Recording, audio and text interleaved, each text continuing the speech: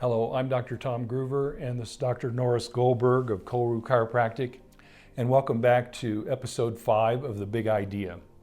We'd like to talk to you today about a most common cause of low back pain that's widely unrecognized, and not because of that, it can't really be effectively treated. So it's a chronic situation.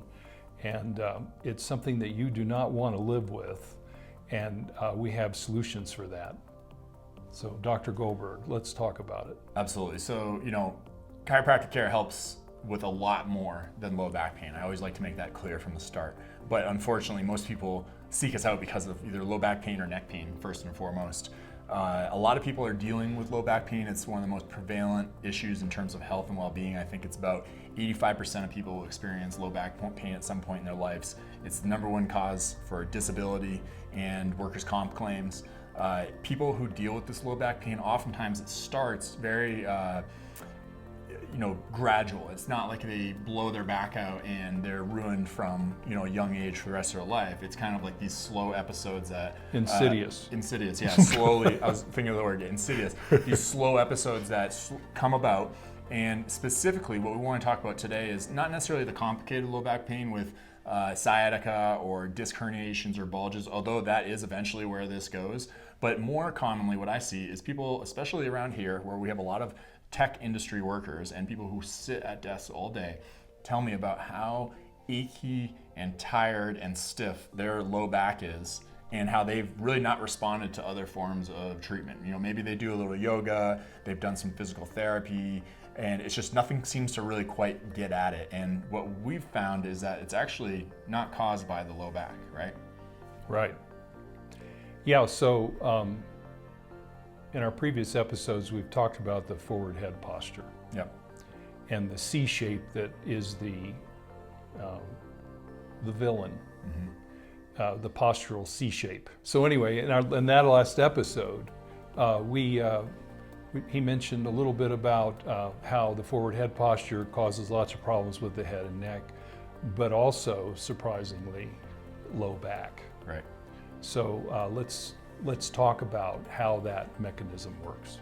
Right. So as that 10 to 12 pound bowling ball of a head shifts forward and it goes in front of your normal center of gravity, your body's response is to accommodate to that. So, you're not going to stick your butt out to counteract the center of gravity.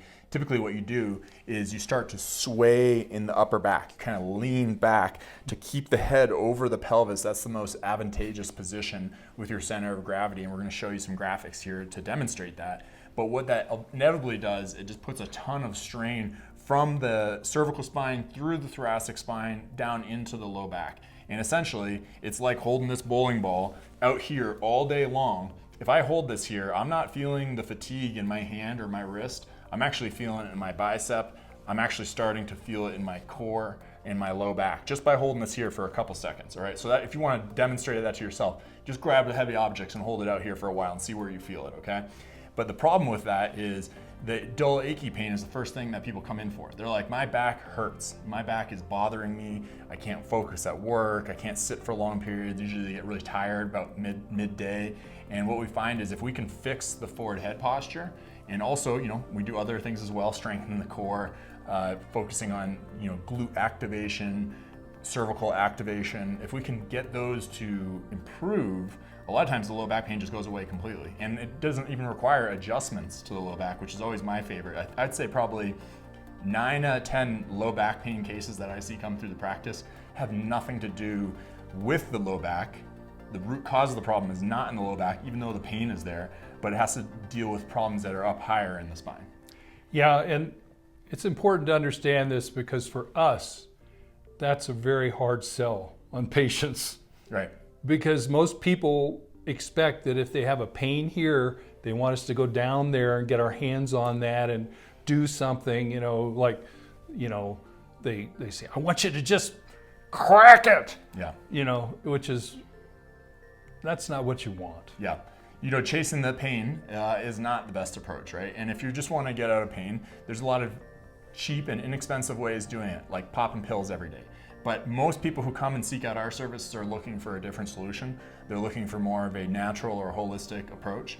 And what they find is that although it takes some commitment in the beginning in terms of an investment of time and money, they ultimately get a longer term solution that actually lasts. And again, we're really focused on educating them ways to take care of their spine so that we can see them less and less over time and not just keep coming back for the quick fix, right? Because the quick fix is never the long-term solution. It never gets you the best results. And chasing the silver bullet, the proverbial silver bullet, is never usually where we find the answer as well. Yeah. So if I guess the moral of this story is that if you take care of your forward head posture, and we've talked about that in the past, if you haven't seen them, go back to our previous episodes. You'll see that we've talked about what causes it, about the problems with neurological consequences for having this, the mechanical consequences, the wear and tear on the spine. And, we've talked about how to deal with it. Your awareness on this topic is probably the most important thing. And that's why we're spending so much time on this subject. Absolutely.